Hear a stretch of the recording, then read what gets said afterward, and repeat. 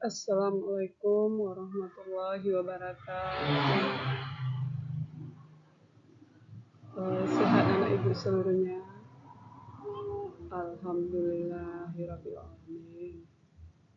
Baiklah, pada pagi hari ini ibu akan menjelaskan tentang materi fikih, yaitu puasa di bulan Ramadan.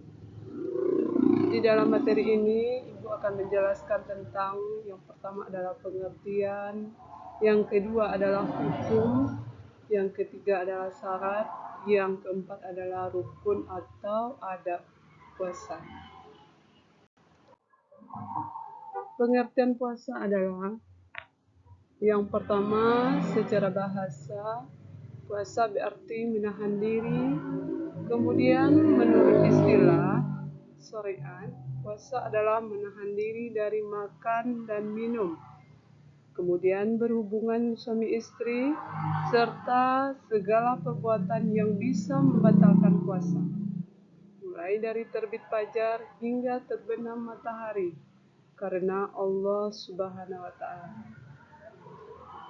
Yang ketiga itu puasa Ramadan, diwajibkan pada tahun 2 Hijriah atau kira-kira sesudah Rasul lebih dari setahun tinggal di Madinah.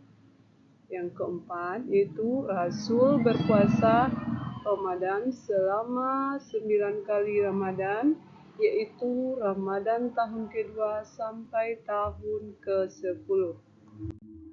Nah, yang kedua adalah hukum puasa. Hukum puasa ada 3. Yang pertama adalah wajib, kemudian sunat, dan haram. Yang wajib yaitu yang pertama adalah Ramadan, kemudian qada, kafarat, dan nazar. Kemudian puasa sunnah adalah yang pertama adalah puasa Senin Kamis, kemudian puasa Tasawuf Azura, kemudian Ayyamil Bid, dan puasa Arafah, puasa haram, dan puasa 6 hari Syawal. Kemudian puasa yang haram yaitu pada hari raya Idul Fitri, kemudian pada hari raya Idul Adha, kemudian yang ketiga adalah hari tasyrik, dan bukan lillahi ta'ala yang keempat. Lanjut, yaitu yang ketiga adalah syarat puasa.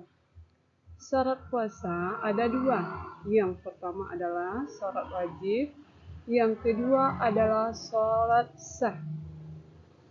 Syarat wajib yang pertama adalah muslim, kemudian berakal, balik, kuat. Kemudian syarat sah ada 4. Yang pertama adalah muslim, suci atau haid dari nifas, kemudian berakal, dan bukan di hari yang haram. Lanjut, yaitu yang selanjutnya adalah rukun puasa. Rukun puasa adalah terbagi atas 2. Yang pertama adalah niat puasa. Niatnya adalah ada yang pertama wajib, yang kemudian adalah sunnah. Kalau yang wajib harus dilakukan sejak pada malam hari. Kemudian puasa sunat tidak harus sejak malam. Nah, kemudian yang kedua adalah rukun puasa itu adalah imsak atau menahan diri. Yang pertama adalah makan dan minum. Yang kedua hubungan suami istri. Yang ketiga menstruasi. Yang keempat sengaja muntah. Nah, materi selanjutnya adalah niat puasa. Niat puasa yang pertama dalam suatu ibadah terletak dalam hati dan tidak harus diucapkan. Kemudian dalam mazhab Syafi'i dianjurkan melafalkan niat untuk menuntun tekad dalam hati. Kemudian redaksi niat puasa Ramadan yaitu nawaitu saumawadin an adai fardal sahari ramadana hasihi nata lillahi ta'ala, yang artinya aku niat berpuasa esok hari untuk menunaikan kewajiban Ramadan tahun ini karena Allah Subhanahu wa Ta'ala. Kemudian redaksi niat puasa Ramadan yaitu nawaitu summawadin, artinya adalah aku berniat puasa pada esok hari. Kemudian dispensasi puasa yang artinya yaitu siapa di antaramu sakit atau berpergian boleh tidak puasa dan gantilah di hari yang lain. Siapa yang tidak mampu boleh tidak puasa dan bayarlah fidyah memberi makan orang miskin. Itu sesuai dengan Quran Surat Al-Baqarah ayat 184. Dispensasi puasa yang pertama adalah untuk orang yang sakit, kemudian orang yang sedang dalam berpergian, kemudian tidak kuat. Kemudian ada anjuran saat berpuasa.